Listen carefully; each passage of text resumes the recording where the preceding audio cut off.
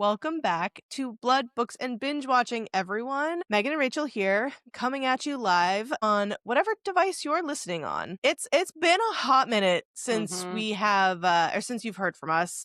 We do apologize for that. But we're here to kick off 2026 with some fresh off the press, juicy content. My God, is it heated? Yep. That we have been just dying to hop in the studio and yap about just continuously. Obviously, the plans we had for the remainder of December kind of went a little off kilter and didn't really happen.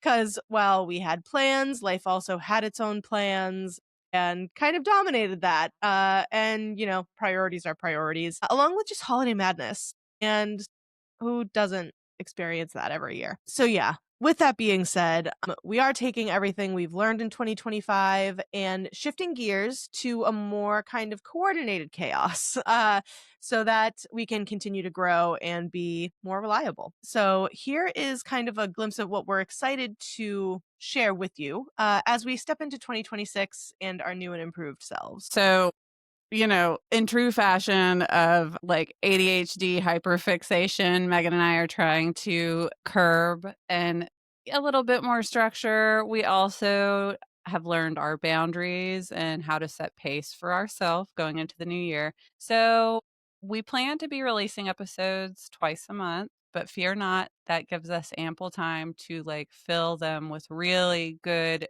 juicy details, content, and really deliver some exciting episodes that we have planned down the pipeline. As far as our New Year's resolutions as a podcast, we have said it before, but we're approaching it with a new set of eyes. Okay. New set of eyes.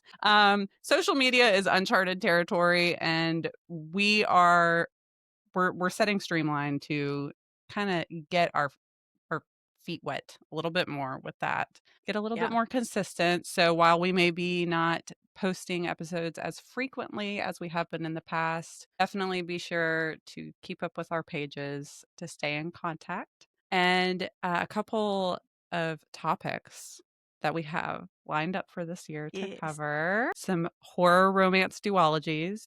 We're not telling you because that would spoil everything. Duh. We'll give you hints, but we're not giving you the whole kit and caboodle over here, Stephen King. We do have a lot of Stephen King planned to cover. This is a horror podcast.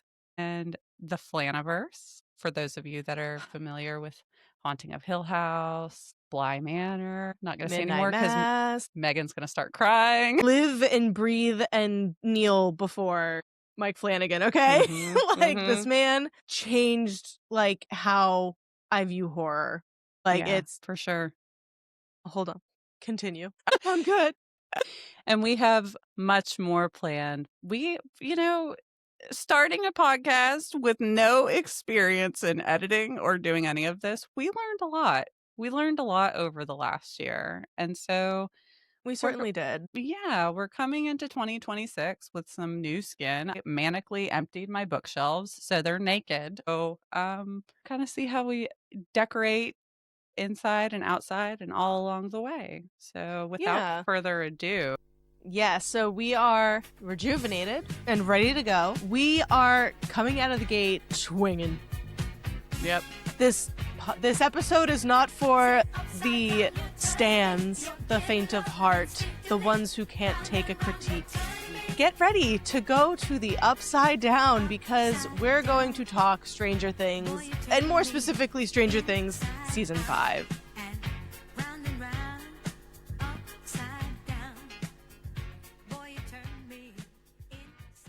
Now. As soon as Rachel and I had a chance to breathe and reconnect after the holiday craziness, we both sat down and immediately were like, so we're going to talk about Stranger Things, right? Because one, how can you not? And I'll be fully transparent. I probably have said it on the podcast at some point, but I was not excited to go into this show. I had no feelings whatsoever about it. I was not excited. And then Volume 1 dropped and I was like, okay, you've got me back in. Then we had a month off and then we get the next, Volume 2. It's like, okay. And we got the finale. And I said, we're going to talk about this Yeah. because we cannot let it go by. And I will say, like, I've definitely learned even about how I process media and things. Like, I find it very interesting because a lot of times I find myself critiquing and looking at the positives of projects I really like.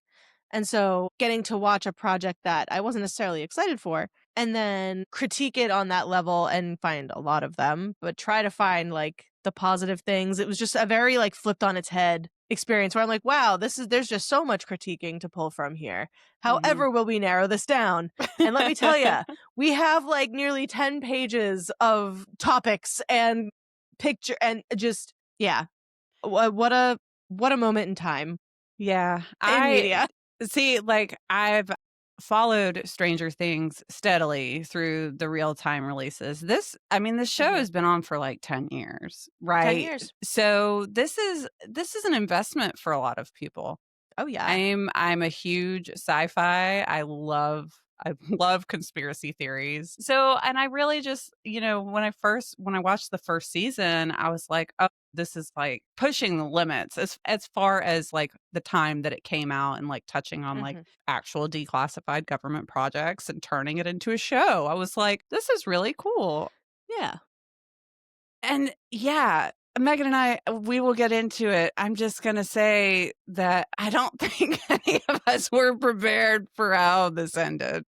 No, like, no amount of, like, theorizing could have, like, prepared for just how, like, basic and ambiguous it would be. And, like, Yeah. I've thought about it a lot because I'm like, I don't necessarily dislike an ambiguous ending. Like, the Mhm. ending of Inception, that Right. still haunts me to this day.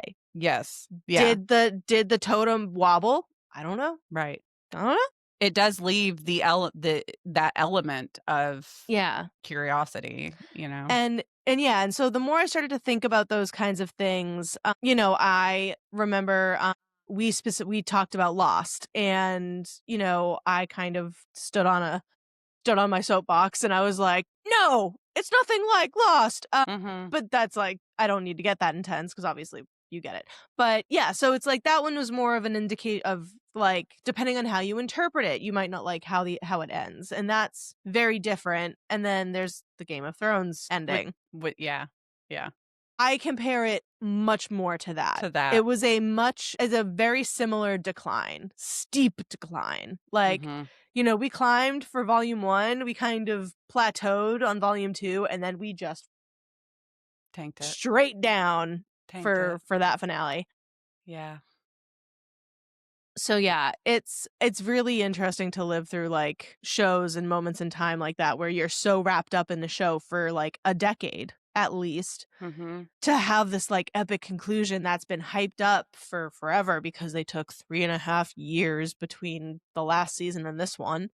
Mhm. And here we are, you know? Here we are. But yeah, like I remember season 1 coming out and it was kind of fresh and new. It was one of like the pioneers of streaming and why streaming is the future and all of this. And so it almost is poetic that Stranger Things has face planted in the way that it has because I feel like it's very similar to how streaming is face planting in slow motion in front of our eyes Mm. by adding more expensive plans, conglomerate, like, monopolies, charging more for getting less, all of this kind of stuff. And it's like, yeah, it's kind of like Stranger Things. They put all their shit in one pot and just started churning out bullshit. And now they're going to poop, fall Mhm. on their face, and it's going to die. At least Yeah. that's my hope. I would love for streaming to come to an end. Physical media through and through. But I mean, There is, I saw like a random TikTok. There is like a very small underground, I don't want to call it movement. I think humans as a collective, we're kind of tapped out on being tapped in, if you know what I mean, on always being on mhm. your phone and losing that sense of human connection.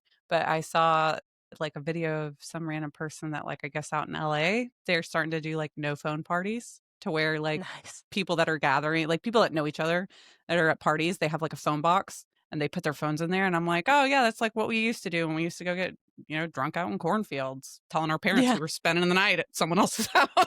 Right. No, for real. That's really cool. Yeah. I feel like it's come to a point that we're like starting to pull back as much as we can, especially Yeah. with just the increase of AI being shoved in our faces and Mm. pretty much the majority, I think, of humans being like, no, thank you. Please, no, I don't want this. Yep. So whether you are a huge Stranger Things stan, whether you had conflicting feelings about it, Megan and I are going to cover the ups, the down, the in, the out, all of it. The ups and downs. Get The it? upside. Yeah, we're so funny. Did you miss us? But yeah, so we're kicking off the first month of the year with the hottest topic on all of streaming all over the fucking internet right now. So we're going to Oh, dive yeah. into it. So, all right, plot holes, number one. So, like, let's just, like, not speed run because I want to obviously talk about these. But, Yep. like, Yep. so we have noted first plot hole, gaping plot hole, is, like, the abyss. So, what the fuck? And I know this is Mm-hmm. supposed to tie into the stage show, I think. Yep. The play.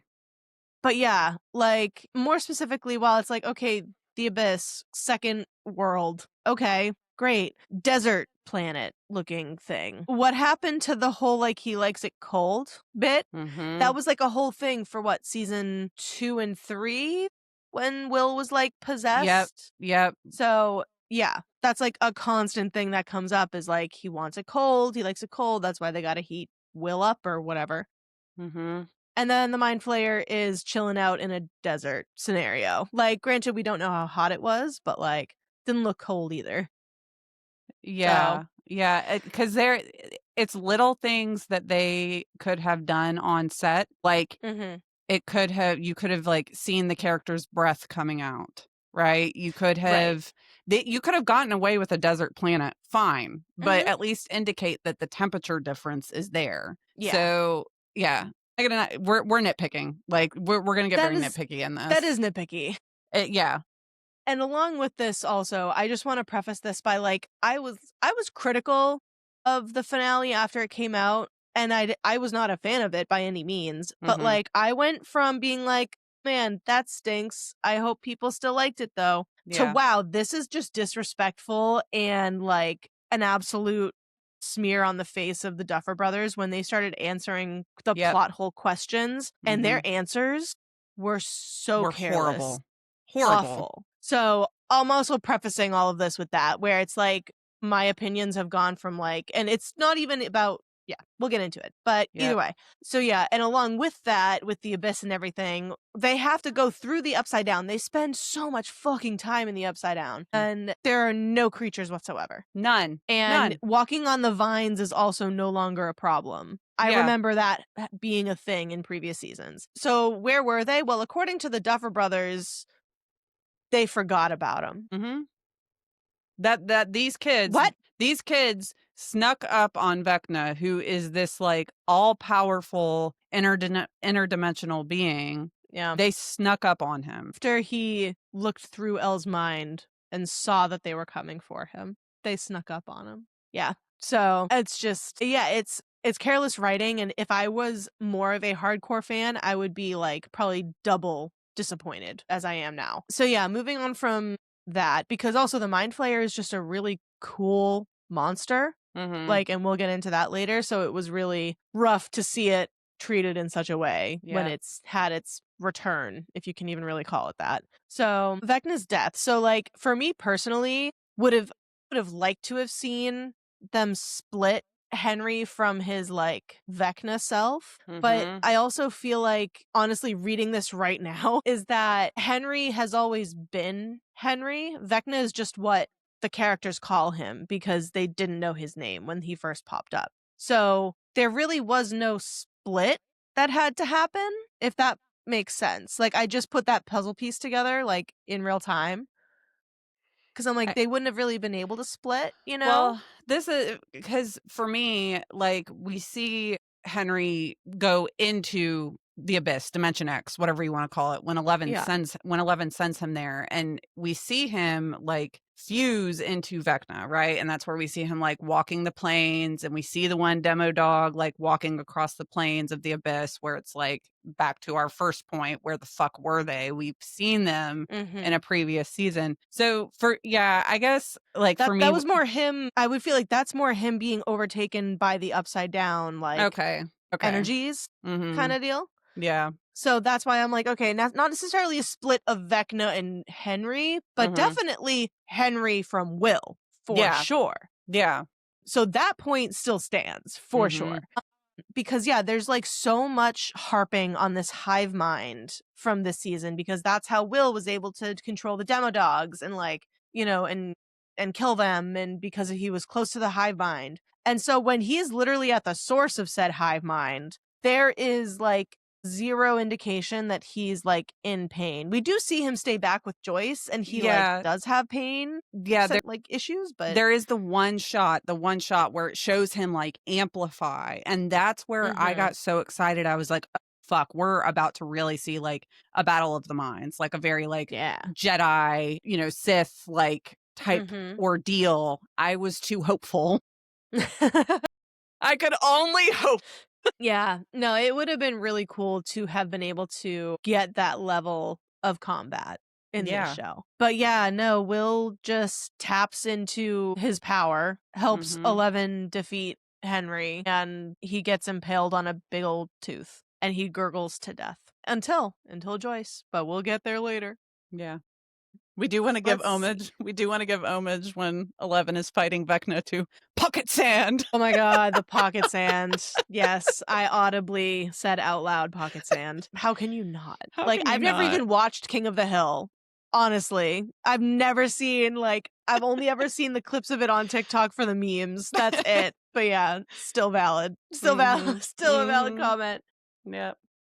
Yeah, so another point of plot hole, the government. Yeah. Come on.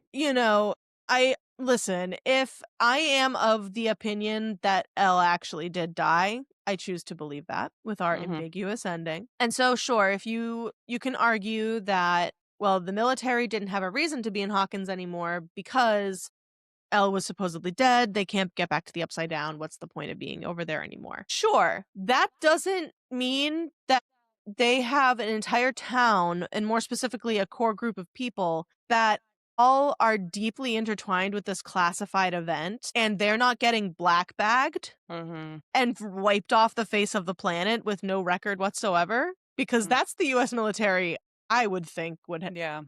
The lengths they were willing to go to hunt down these people, like, not obviously our main characters, but like for Elle, like season after season after season, we've watched her get hunted down, hunted down, hunted down. And now it's like, yes, now she's dead, but like there's still all these people that interacted with her. And maybe they know more. Who knows? So I just find it very hard to believe that the government would leave Hawkins with no consequence to any characters whatsoever. Yeah.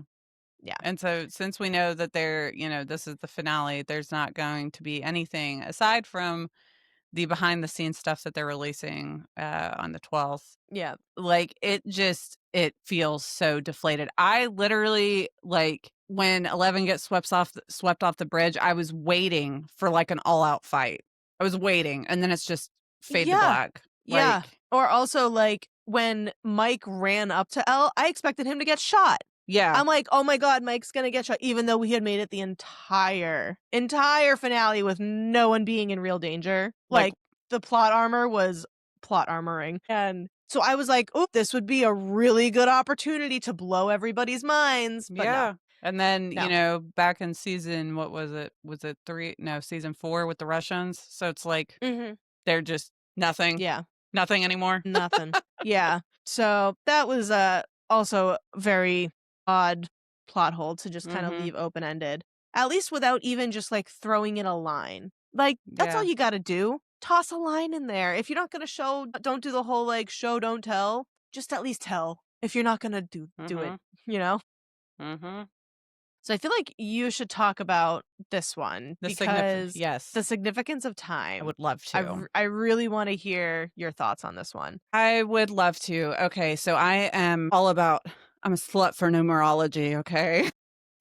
I love it. I love it. And I immediately, like, throughout this entire season, everything with numbers, I'm like latching onto, not just this season, beyond that. So we Mhm. know that Will was taken on November 6th. Why November 6th? They make a big deal, back in season 2. Yeah, because that's when Bob is alive. Back in season 2, Mhm. when Dr. Owens is like working with Joyce and Hop, and he's like, well, you're coming up on the anniversary of the event, and like talking about PTSD and the way that your body responds and blah, blah, blah. So now we know in season 5 that Vecna has alluded that, like, it's going to end when it began. Okay, November 6th. Great. What the fuck is the point? What the fuck is the point? So in an Mm. earlier episode, yeah, it's like I think when Max meets Holly and she's explaining to her like how long she's been there.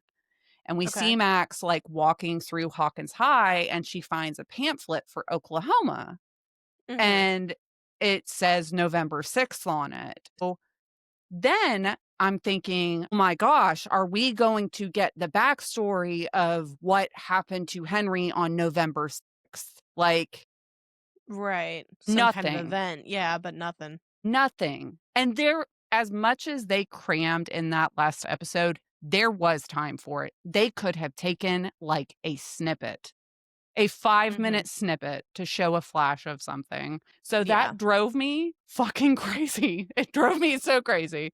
Yeah.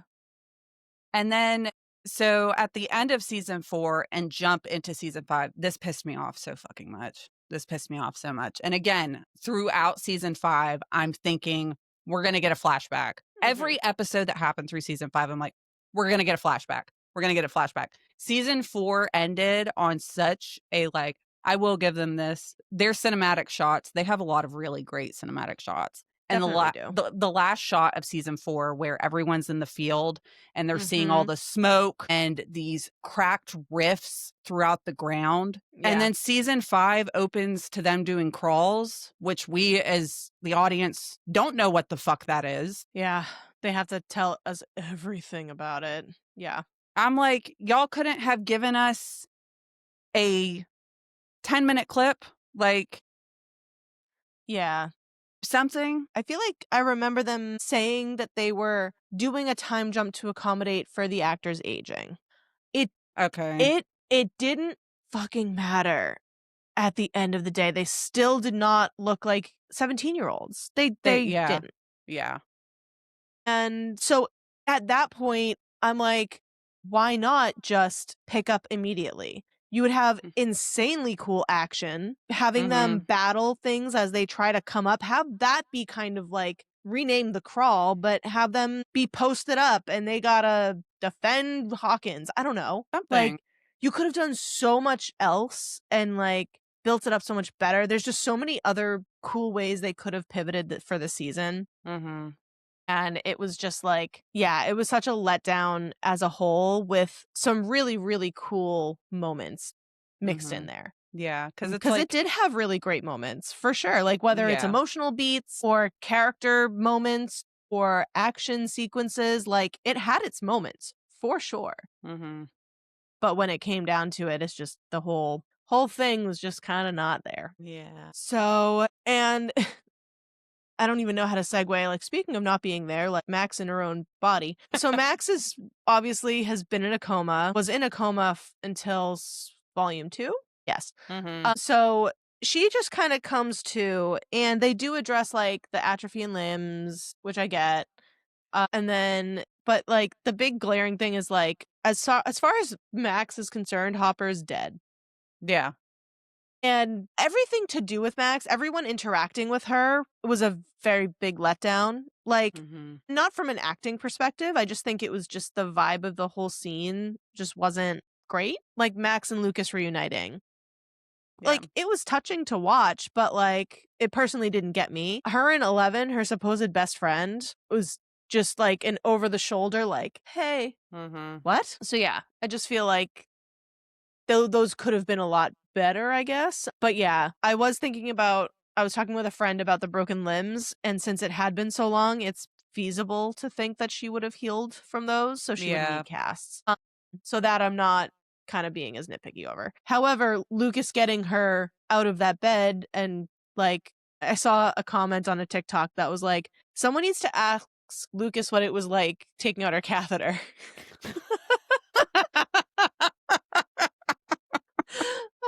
I'm like, good point. Oh my gosh. I thought that was hilarious. And also, she had no feeding tube either. She was just None. laying there. She's just there. She was just there. Yeah, because the time is supposed to be what, like 2 years she's been in a coma, right? Yeah, I think it Is that two-ish. something like that? Yeah. And let's see. So another kind of I would definitely consider it a plot hole is Will coming out. And it while I thought it was a very beautiful scene to see him connecting with everybody, and I didn't have any really big issues with the acting for the most part in that scene. My only complaints were like the specific people that were there. I think it was a lot more than we're needed. And also the fact that he does it because he wants to like, take ownership of his own like sexuality and embrace that and trust his friends and family to like love him still and all of that. So that Vecna can't use it against him. And it's like, great. We love you accepting yourself and coming out to your family out of love, and that's great. Then Vecna never uses it, and it's never brought up again. Except for when Will talks to Mike shortly after, and then Mike's epilogue. Like, there's no instance of Vecna trying to use it against him and then being like, ha, won't work, gotcha, bitch. Everyone knows I'm gay. There was nothing to, like, there was no, like, consequence to the threat, essentially. At least that's how I read it. But yeah, so that was, like, my main gripes with that. But I did like it for his character. I was very happy for him as a character. Yeah, because we do, it's no secret throughout the seasons that Will is struggling with his sexuality, right? That element, they do make that element very clear throughout several scenes of all the seasons. And I just I feel that is such a vulnerable moment for someone. And I felt like it would have hit so much harder, been more impactful, and the genuine emotion would have been there had it been on a smaller crowd scale, right? Like, Yeah. even with him just I think that when he and Mike are on the tower, to me, I feel like I would have been in fucking tears, right? Of him just being like, something along the lines of like, if anything, if we don't make it out of this, like, I just want to be honest about who I am. You know what I mean? So I try not to cast like should have, would have, whatever. I don't know. It felt so insincere. It felt so insincere. No, that's why, like, yeah, that's definitely where I like approach it from a writing perspective and like just a media critiquing perspective, where it's like,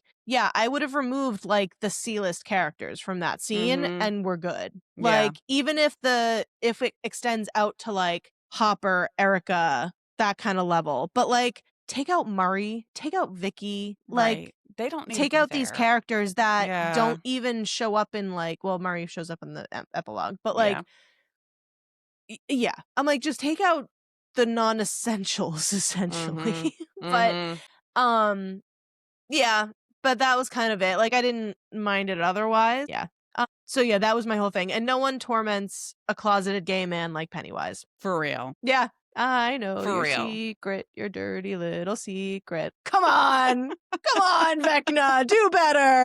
Especially that, like, we get this whole buildup of Vecna, like, making Will's eyes bleed, right? Like, Vecna, and I'm thinking he's showing, like, everyone he knows being torn apart from the inside out, right? Like, showing some horrid graphic whatever. And we don't ever, I don't know. Yeah, it's just one of those things we just skate over. I just have to bitch about it.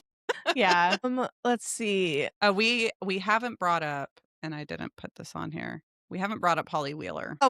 Yeah, let's talk about Holly. So, like, what the fuck was the point of that? Like, it would have been fine for some level of commitment to her character, because I understand that it was a gateway for us getting back to Max and forwarding that plot. And But, like, at the end of the day, Vecna was, like, not defeated because they got inside his memories and found his weakness or anything like that. So, it's like, what is the reason? Like, it's the Mhm. same thing, like, with the 12 kids and why the kids and, he took Will first and he's like, "You helped me, you kicked us off." And it's like, "Okay, great. What was the point after that?" Like, I Yeah. don't it's all just very disjointed.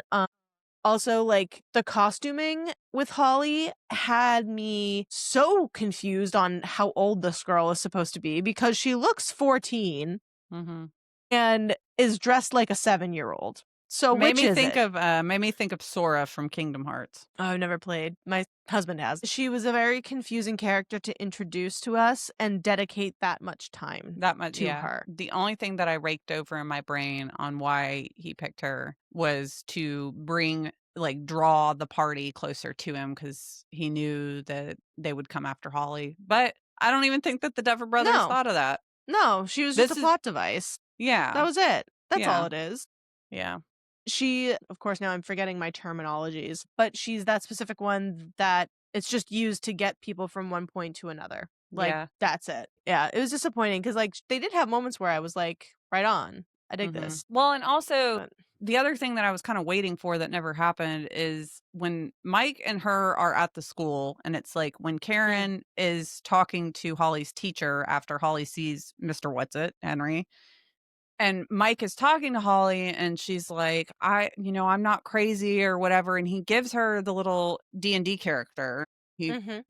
says like, whenever you feel, you can be brave. And he's explaining to her that like that character can open doors. And so in my mind, I was like, oh my God. And after she got taken, I was like, she's going to open doors. She's going to do this and that. None of it happened. No, but it would've been such a cool thing, especially where they need doors to get back to their bodies. It would have been so cool for her to be like, to discover that she had this ability or something. Like, That is it would have been really fucking legitimately cool.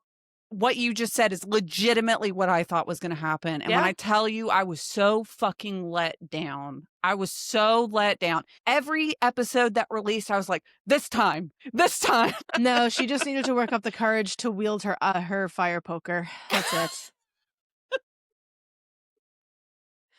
But yeah, Fuck. and then Vicky and Robin, like, Oh I god. love them. I I love did them too. dearly. The only problem we have with them is the fact that Vicky disappears and no one talks about it ever again. Nothing. Like, I feel like Robin might have had a line where she vaguely references relationships, but not even specifically a relationship or something. Like, Yeah. it's one of those ambiguous things where they're just like, I don't know, high school relationships, am I right? And it's like, or college relationships. And it's like, Right. What? okay, what? Okay, so is she still at the hospital? Like, anything. They This poor gave girl her was just pulled into this whole situation, Yeah. nearly dies multiple times, is traumatized for life, and then they're just like, I don't want to play with you anymore. Right. What? They made space for her the entire season, and then at the end, it's just like nothing. Yeah. No, that's exactly it. Same thing with Erica. They made such a Yes. cool, awesome place for Erica, continuing on how badass she was in the last season. Mhm. She drugs a whole family and She does. stabs her ex-friend in the neck with a needle. Are you So kidding? badass. Like, she's incredible. And then her epilogue is that she set off a confetti cannon at someone else's graduation. Mhm. Like, come on. Mhm. Really? Absolutely robbed from that. So, given all of these plot holes and things that were unexplained completely, conspiracies and Easter eggs and fan theories just got out of control bananas. So fast. So So fast. I feel like it was within hours. It It was was. just taking off. And this is past the date, so that's already been confirmed that this did not happen. But the biggest fan theory of which was what, like all of the epilogue in it had to do with like breaking the fourth wall opportunities and like positioning of certain things and Mhm. like People were convinced that the way that the binders were lined up at the end spelled out X a lie, like at the bottom of their name. So, like, Dimension X is a lie. The fact that the dial was visible in one point in the radio tower, like in the first scene when Yeah. Steve's turning it on, but then it's not there. The Mr. What's It game, like changing positions around rooms. People tied so much together from like all, none of this is real. The character Yeah. saying that, trying to say that essentially Vecna had gotten all of them. Yeah. And like, let me tell you, that didn't come true. Those aren't really genius editing tricks. That's continuity errors and carelessness. Yeah. Cuz yeah, another one was I did think it was kind of weird that they were wearing orange with the colors. However, my high school we only got to wear white or black. The girls wore white, guys wore black. So we didn't get to wear our school colors for our graduation. So I can understand if like they had that I can kind of let go, but it was still weird. It's still weird because in movies that shit doesn't matter. Like Yeah. it's a fucking fictional world. So it would make sense that they have their school colors on. But yeah, it was very odd. And yeah, it was like surprising and I don't know, troubling to see how many people fell down that rabbit hole and actually like I don't remember if I would have to verify it myself because I haven't done my homework. I heard that the Netflix site crashed I'm sure it from did. people going, but then I'm like, there's no way that the amount of people doing that weren't also going during the premieres of all of these things. So I'm like, I don't know, more homework would be needed for that. Yeah. Rumor. And the whole idea that it was going to come out January 7th was because of, again, all the numerology, everything that people pulled through the episodes and the seasons. And they're like, the screen went black for 7 seconds when Steve was about to die. And I was like, y'all are fucking worse than Taylor Swift fans. Y'all are insane. Seriously. Oh my God. No, literally though. Yeah. And then this one bit, so in D&D, there's a monster called the False Hydra. And this is all because there's the painting that Will does, with the party on it. And there's like a 3-headed dragon. So that's where people pulled the whole False Hydra coming in, that it's a monster in D&D that's known to mix up memories / make you forget things with its mind song. And so people just piled that in with Conformity Gate also, thinking that this False Hydra had, when they defeated Vecna, kind of swept in, or I guess when I don't know. It's all over the place. None of it makes sense because it's not true. Yeah. And they had no ground to stand on. They have none. They're just pulling it thin air. And then moving on from that, I thought this was hilarious when I saw the TikTok about this. Yep. The ring that Hopper proposes to Joyce with looks identical to the ring that Jonathan throws away when he unproposes to Nancy. And I'm like, did Hopper walk through the lab when they're going up to the roof with Murray? Did he find it? Because Jonathan threw it after that scene. And I'm like, did Hopper walk through and be like, score an engagement ring and pick it up? And now I'm like, okay, did Joyce go home to show Jonathan? And he's like, what are you doing with the ring that I bought, Nancy? Dear Threw God. away in the upside down. Someone write the fan fiction, please. That's hilarious. Are you kidding? Because I would chalk up to either being a funny ass just plot line kind of deal, or the alternative that the prop department was like, we don't have another engagement ring to use. Here's the same one, I guess. That's fucking hilarious. Those are the only two possibilities I can see happening. That's hilarious. And I was like, that's crazy.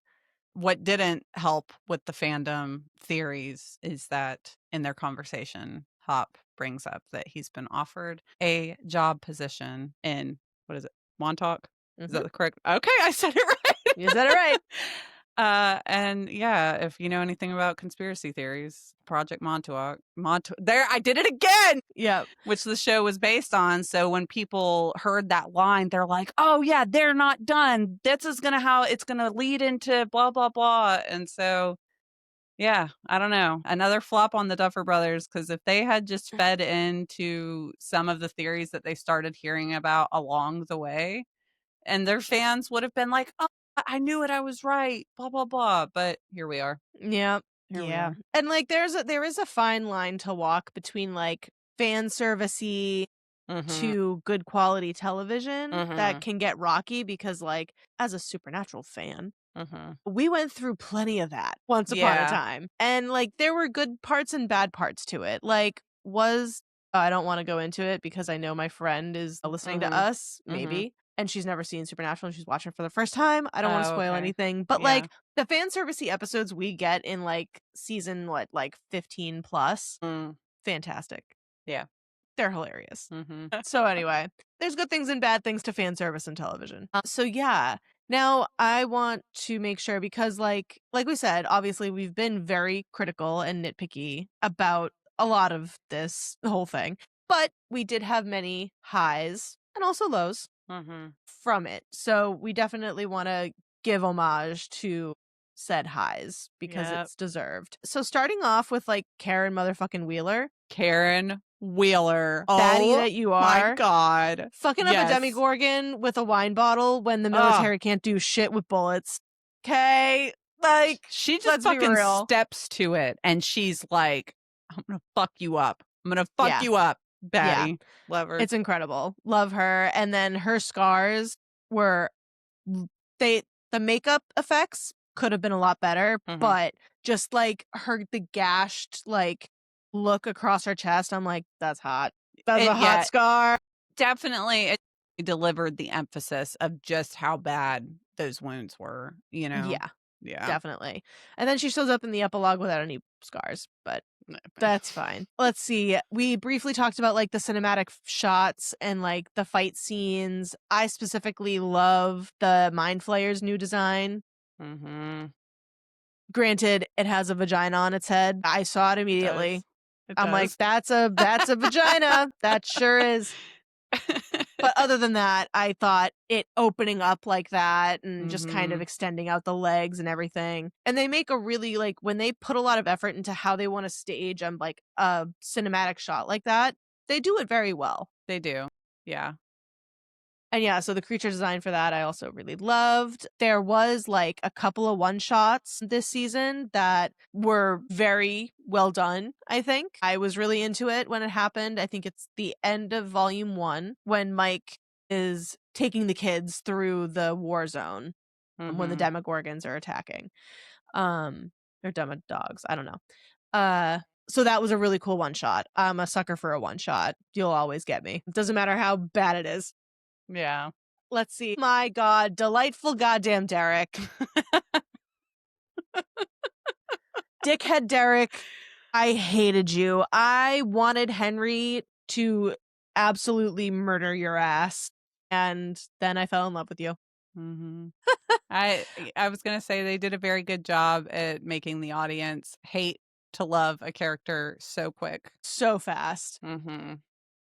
It was very much on par, like, with Marge from It Welcome to Derry. Yep. Very much similar. Like, wow, I hate you and hope bad things happen to you. Wait, no, you are actually really badass, actually. So yeah, suck my fat one. A line for Amazing. the ages. And also, like, Henry Creel and just Jamie Campbell Bower. Damn. Yeah. Talk about spreading your acting chops or whatever. I don't even know.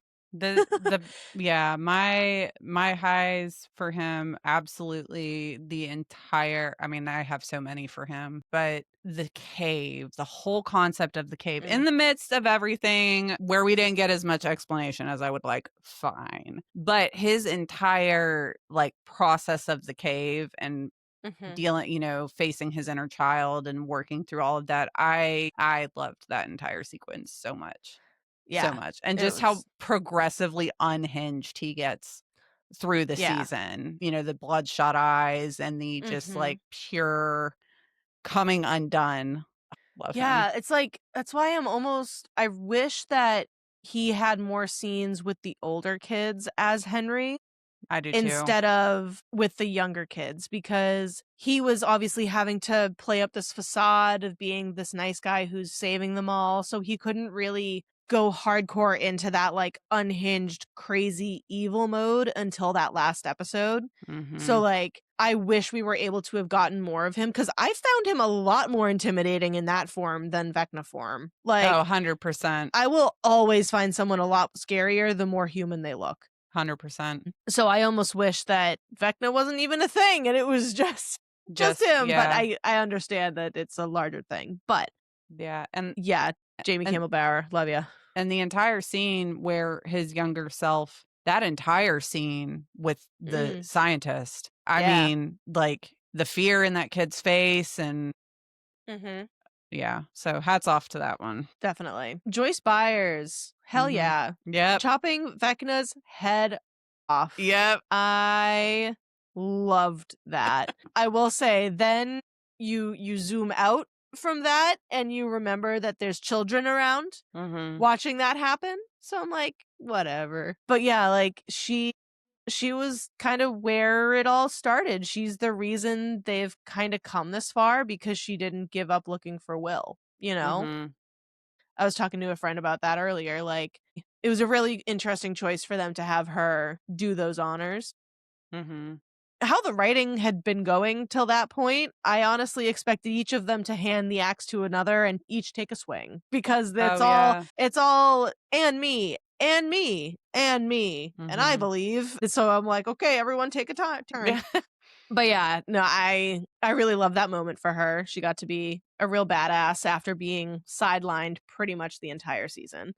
As to just being Will's mom, I guess. And Jonathan's. Sorry, Jonathan. Should have died, Jonathan. Yeah, Jonathan should have died in that white cummy muck. Yeah, we already mentioned it. Erica drugging an entire family. That scene was incredible. Absolutely loved it. The Lord of the Rings nerd in me, Mr. Clark doing his gate opening with the melon. Stop it! You give me a Lord of the Rings reference in this too? Duffer Brothers, naughty, naughty. How dare you? Mr. Clark was a big high. I loved that for him, that he got to live out his like mind being blown and seeing these alternate dimensions, and I love that he was roped in. Yeah. Should have been roped in like 2 seasons ago. He should but have. Yeah.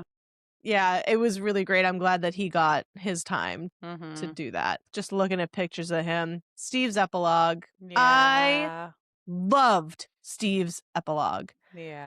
Like, you're telling me this man is coaching Little League Baseball and being a sex ed teacher at the, like, high school? Stop.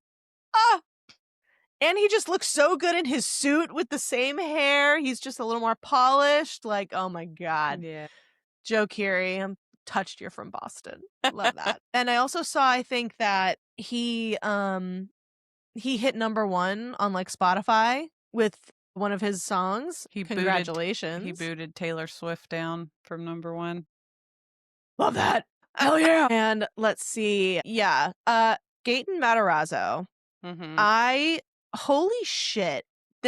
I cannot wait to watch him and see what else he does because, like, he carried this season for me.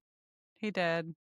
He had by far the best performance, the best writing, honestly, the best story arc. Like, it was such a real, like, it was just such an interesting look at grief and a different way of approaching it and how he was dealing with Eddie's death even after all of this time and like secluding himself, pushing everybody else away, being an asshole, pushing Steve away even though Steve is like, I've been trying to be there for you, and then topping it all off with their fight immediately followed by Dustin's breakdown on the stairs. Just tear my goddamn heart out. Like, I don't know if there was a scene he was in that I was not like tearing up when he was having those emotional beats. And when he and Steve are, fighting the mind flayer and he's like, this is for Eddie, and they're like fighting and they both him. like for Eddie. Yes. I just thought it was his entire story of traveling through grief. It really it was done very well. Yeah. And speaking of Eddie, he just still being such a big part of the story still, even in his death, and like the fact that it is reflected directly at graduation when Dustin does exactly what what Eddie said he was going to was do gonna when he do. graduated because that was his year. I'm gonna And snatch just, that diploma, flip off Principal Higgins, and storm off the stage.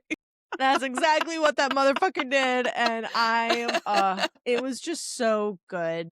And I think the one little Easter egg that I noticed, that a lot of people noticed, I think, like, when Mike at the very end is, like, telling the story, of what Mhm. everyone went on to do with their lives. I think when Dustin is at the table, like, studying, I think that they have Eddie sitting next to him at the end of the table. There's What? someone at the table, like, when it shows Dustin, like, at college, Yeah. I think that the person that's sitting on the end of the table, like, is like the ghost of Eddie, like, with Dustin at college. I'm curious now. Hang on. I'm pulling up Netflix.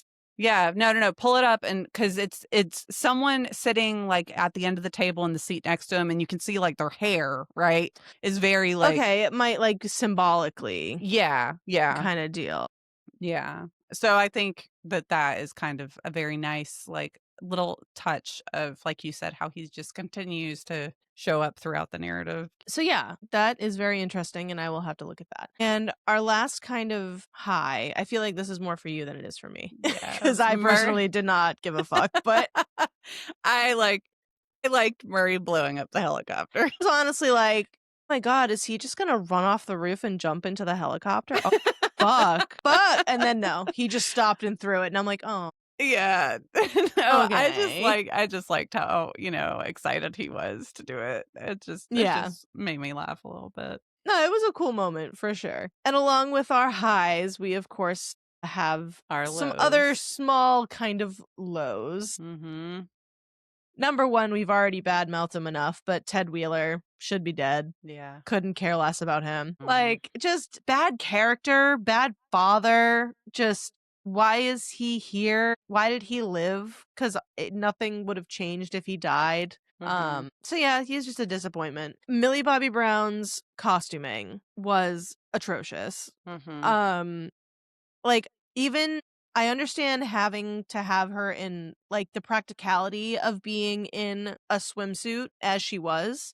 The what technically is that? Scuba suit or something? I don't know the term I'm looking for, but so I understand the practicality of needing that story-wise. Why does it look like that? Yeah. It could have just been sleek black or something, or gray or something. Like, the coloring was odd, and also, like, obviously light top, or touching on it lightly, but I would never, like, you do what you want to do with your face, with your body, with all of that.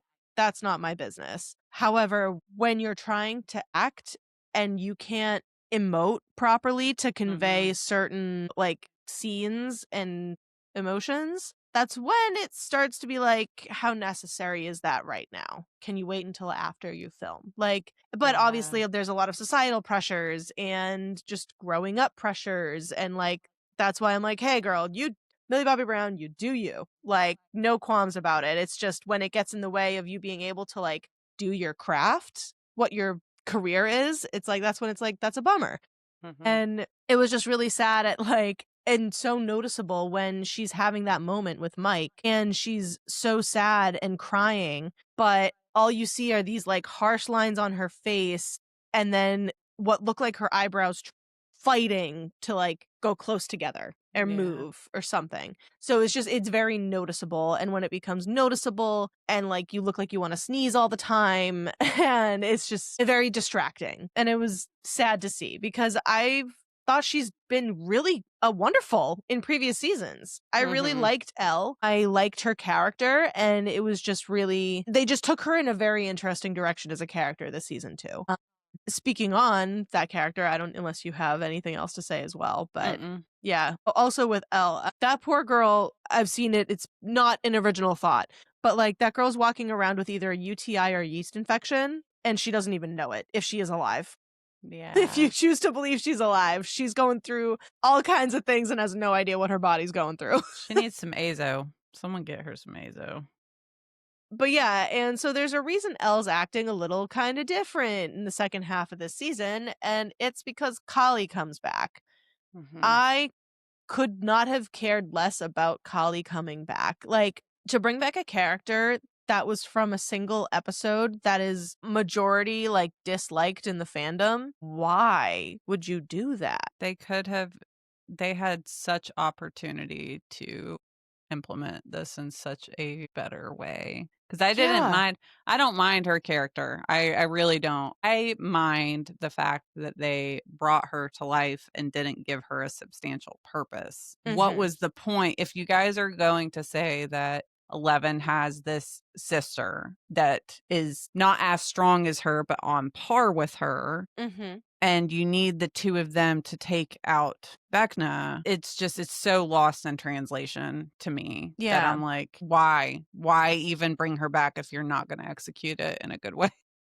Yeah, and I mean, even though it wasn't my personal, like, favorite theory about how I think you might have discussed it as well and told me about it, but, like, the whole in the D&D campaign, they have to Mhm. roll a D20 to defeat Vecna, and there's the Yep. whole 11, 8, and 8. 1 thing, Yep. um and that would have been really, really cool to play off of. It would have been really interesting to see her be rescued and then be like, "Well, damn, I know this, that, and the other thing because they talk all the time in front of me, and I was actually secretly doing this, that, or whatever because I'm super strong. So let's go after this fucker and kill him." Like, Mhm. they could have taken it in that direction. Instead, they make her manipulate Elle and turn her against her family, essentially, to the point of saying, hey, no one's safe unless you kill yourself. Right. Like what? Like, what? After everything Elle has been through, you have to give up and just die. Yeah. Fighting for her life, finding a found family, fighting like hell to protect said found family and a whole town,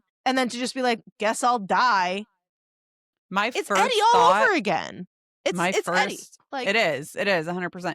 My first thought when she started, when they're, like, in the church and she's mhm, explaining to 11 everything, the first thought that came to me was that Dr. K and the entire government set up in the Upside Down, I thought that Vecna was working through them, okay? This was my whole theory. I thought that Vecna was working through them and he had used them to get Kali so that he could utilize her to take out 11. So I thought that she had been sent from Vecna as a secret spy to bring 11 to him. And I thought Kali and Vecna were going to take her out. that could have been really cool. That would have been really I would, interesting to see her actually go dark, yes, like dark side right. when she's like hovering in this middle ground, which is fine. They Yeah. don't, villains don't have to be like one side or the other. They can hover in the middle. Mm-hmm.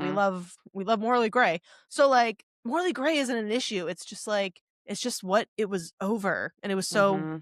so like surface level. There was no Mm-hmm. deeper meaning to it, you know? God, it was so yeah, now that I've explained where my brain is at, it was so all of the things that I thought was going to happen, I was so fucking disappointed. Yeah. I was fucking bummed. Yeah. To the epilogue, Jonathan's mullet. What the fuck is that? You mean you grew up in Hawkins, Indiana without a mullet, but then you go to New York and get a mullet. Now listen, I'm not from the Midwest, but I feel like those would be reversed in any other universe. I feel like Mhm. you would have the mullet in the farmland area in the Midwest, and then you would transfer to New York, urban setting, and be like, I'm gonna get a more modern haircut. Other low for Jonathan, is he did not die. Accurate. He Yeah. did not die. He should have died in the lab in the white goo. He definitely should have. That it would have been such an impactful moment for him to have died. Like Mhm. just after making up with Nancy, using that opportunity to be like, now that we've communicated and resolved this issue with our relationship and come to a like mutual conclusion, I'm going to use this opportunity to sacrifice myself so you can go on and do great things, whatever. Like, Yeah. it's just it would have been so well done. Let's see. We kind of already touched on it, but while Joyce Byers was also had highs, she was also a low because they sidelined her so badly for the season. Mhm. Mhm. And let's see. Speaking of no one's dying and there's no stakes, Steve's death fake out. What the fuck was that for? Yeah. Just to give people a heart attack, I guess. Yep. And that was Because I it. feel like Oh, the jump scare. fandom had been very loud on like, they better not kill Steve. They better not kill Steve. So Yeah. Duffers were like, oh, we're going to give him a fake out. Yeah. That was them like flipping off the entire fandom Yeah. and just how fucking rude. How rude. Yeah. Absolutely. Disrespectful. I'm I telling think you. that was Yeah. okay. I just remembered one. I just remembered one other thing, so I didn't want to. Yeah. The one other one that I was thinking of, I didn't like how dumbed down the demo dogs became in the laundry room scene. I Yeah. get it. It's funny. Like, haha. But for me, I was nitpicking on like, these are supposed to be like super dangerous, aggressive, primal beasts. Yeah. And they walk up to a dryer and turn their head like a dog. Yeah. And also like the fact that they were trying to do an homage to Jurassic Park with them Yes. in the kitchen. Oh my And- God. But Lucas is playing running up that hill over a boombox. And they're still walking around like, where are they? I don't know. Like, you've got to be kidding. Really? That blew my mind. Yeah. I'm like, that's where you're going with that. Okay. Yeah. But yeah, was your my other one was when the gang is all in the abyss, they're about to make their final attack on the Mind Flayer. And they're like, we have to come up with a plan. We have to get them to those cliffs way over there. And we got to get on top of those cliffs. And then Nancy's going to run into the cliff. What? Yeah. With what climbing gear? With what time? Yeah. Are you there for a half a day to hike up that thing? Like what? Right. It was That very was- much like That was crazy. like Roadrunner type cartoon where they're just Yeah. like, Yeah. they Like- ran up that hill. They ran up it. They sure did. Like I would have even accepted like them being like, Will, you're here, or 11, you're here. Can you just like propel us up there with your telekinetic powers or something? I would have accepted it, you know? Instead, they're Yeah. just like, yeah, they just got up there in 10 Yeah. 10 minutes. It's fine. So What? Megan That and was I crazy. watched the finale of Welcome to Derry before this, obviously. Yeah. And we will, we have plans to chat about that, but I will just leave it at this. If you have not watched Welcome to Derry, and if you finish Stranger Things and you are feeling a hole in your chest and you are feeling unsatisfied, we're going to recommend Welcome to Derry all day long because I do have to say, going into this, having watched it, I was like, they're going to have to really like deliver for me. Yeah. Too. Oh yeah. And I will say like heavy disclaimer on like Welcome to Derry is like adult version Stranger Things. Like 100%. we cannot stress enough how gory, disgusting, and rated R Welcome to Derry is compared to Stranger Things. Yep. So keep that in mind if you do choose to watch it. But yeah, no, agreed. Hopping from Welcome to Derry into Stranger Things and just seeing how these franchises have just been treated is crazy. It is crazy. So, but yeah, well, watch Welcome to Derry. It's so good. It's so good. And yeah, so like, any final thoughts? Yeah, I don't know. The last comment on Derry, the kids that beat up Polly, just fucking send them to Pennywise, man, for real. Oh my god, yeah. I would have been like, no, you guys can stay here with your tubes down your throats. I'm getting the fuck out of you. Jump me and push me down a flight of stairs. Are you kidding? Yeah. Well, Polly's better than I will am. say, overall, like my initial thoughts after watching the finale, yeah, I've had a wave of emotion as far as like after I first watched it, I was, unsatisfied, but kind of satisfied. I kind of, originally I was like, I just don't. There's so many things that blah, blah, blah. Then I slept and I woke up the next day. I was like, you know what? I'm okay with it. I'm good with it. I've made peace with it. Then the Duffer Brothers ran their mouths with like just like you said earlier, a huge slap to the fandom. The viewers that got them to where they're at, the actors that literally gave their childhood to this show and their at all of their adolescent years, because I think they're all in their 20s now, right? I think Yeah. they yeah. I wish that, it is what it is. I think that overall the ending as a whole was a very sweet homage, Mike walking up and closing the door and the next generation of D&D players going on. So overall, I'm at peace with it. Yeah. No, like story-wise, all that. I'm like, all right, yeah, is what it is. It is what it is. I just think I'm gonna have like a personal beef with the Duffer Brothers if they try to get their hands on anything ever again. Like, Anything, yeah. I am so thrilled that their Stephen King adaptation got canceled because I'm like, you do not touch him. Yeah. No. No. You It's just yeah. Just the way that they're responding, it's just incredibly disrespectful and in poor taste. Like yeah. how, It's very careless. And it's just It it is. proves that they didn't care, and it's really disheartening. Yeah. So we'll watch them and see if anything ever comes of that in the future. Who knows? Mhm. So yeah, well, we obviously have a lot of feelings about this show. It has come to a close, and we can close the loop on our feelings and move forward into the next. Stranger Things started as a fun homage to the 80s nostalgia that a lot of horror people love, and it's turned into what it is now, and it's definitely what it is. It's definitely a show that had really great origins, a lot of heart that unfortunately just kind of fizzled out over time. But eventually I'm sure I'll go back and I'll rewatch those early seasons, probably up through season 4 because I love Eddie so much. Mhm. And yeah, because those first few seasons were really good. Were really good. Yeah.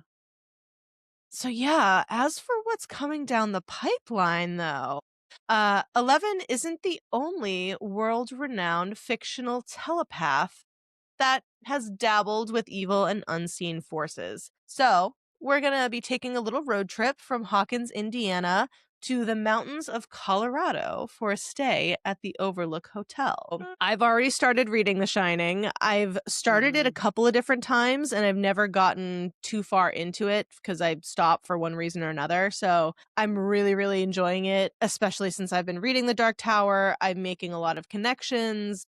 I'll leave those for a later date, but I'm really enjoying it, and we may or may not maybe talk about the movie when we talk about the book.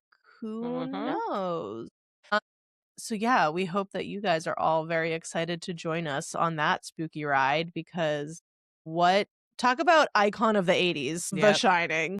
I'm so ready. I'm so excited. It'll be my first time reading, and I got the physical book in my book haul for Christmas. So Yay. I'm very excited, very interested to see the differences between the movie because I've seen the movie so many times.